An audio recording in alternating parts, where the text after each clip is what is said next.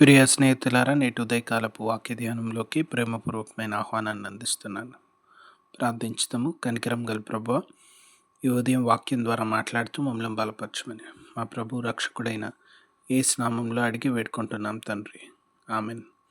ప్రియ స్నేహితులారా, కీర్తనల గ్రంథంలో 94వ కీర్తనలో ఆయన నీతిమంతుడైన న్యాయాధిపతి అని దేవుని గూర్చిన వాక్యమును చూస్తాం.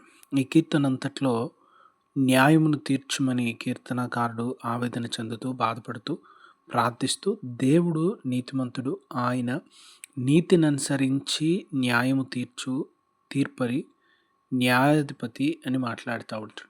చాలా సందర్భాల్లో దేవుని గురించి జ్ఞాపకం చేసుకున్నప్పుడు ప్రేమ, వాత్సల్యం, కరుణ, జాలి వీటి గురించే ఆలోచన చేస్తాం. కానీ ఆయన పరిశుద్ధుడు, ఆయన తీర్పు తీర్చువాడు, ఆయన నీతి న్యాయం జరిగించే దేవుడు అనే విషయాలు ఎక్కువగా ఆలోచన చేయం.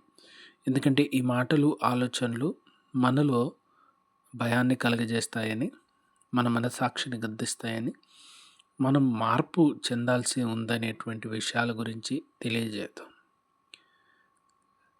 వేదాంతంలో కాల్బాత్ అనేటువంటి ఒక దైవజనుడు, పాస్టర్ గారు, ఆయన జర్మన్ దేశంలోని గొప్ప వేదాంతి, బైబిల్ పండితుడు. ఆయన ఏమంటారంటే, God is the holy other. God is the holy other అంటే మనము ప్రభువుని ఒకవైపు నుంచి చూసి కొంతవరకు అర్థం చేసుకుంటాను. కానీ దేవుడు పరిశుద్ధుడు, మానవ పాపంతో నిండినటువంటి మానవ మేధస్సు గ్రహించలేనంత ఉన్నతమైన స్థితిలో ఉన్న దేవుడు. ఇంకొక సింపుల్గా చెప్పాలంటే, మనం భూమి మీద నుంచి చూస్తున్నప్పుడు చంద్రుడు ఒకవైపు మాత్రం చూస్తూ ఉన్నాం. మనం చూసేప్పుడు ఒకవైపు మాత్రమే కనబడుతుంది.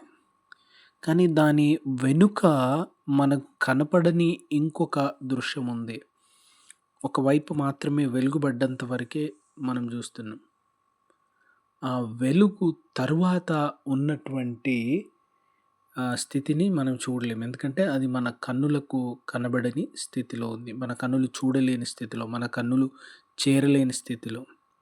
పాపంతో నిండినటువంటి మానవుడు అదే రీతిగా ప్రభువుని చేరలేకపోతూ ఉన్నాడు.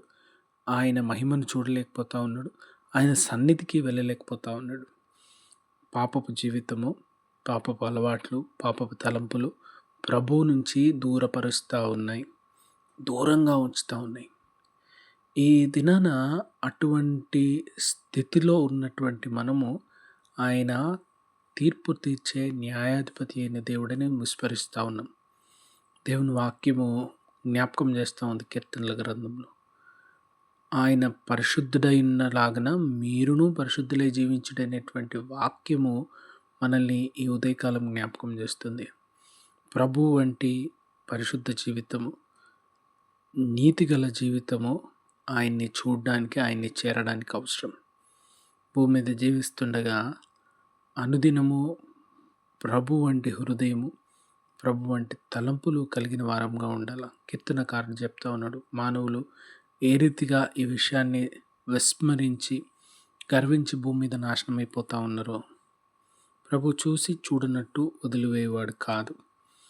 మనసు మార్చుకొని ప్రభువుకి చెప్పినట్లుగా తగిన రీతిగా జీవించడానికి ప్రభు మనల్ని ఆహ్వానిస్తూ ఉన్నాడు.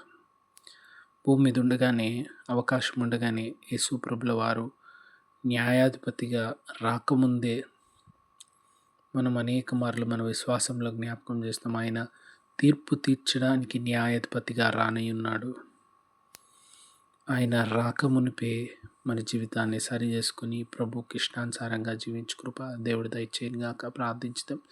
కనికరం గల ప్రభు, వాక్యానుసారంగా జీవించే మనసు మాకు దయచేసి మమ్మల్ని బలపరచమని మా ప్రభు రక్షకుడైన యేసు నామమున అడిగి వేడుకుంటున్నాం తండ్రి. Amen. God bless you all.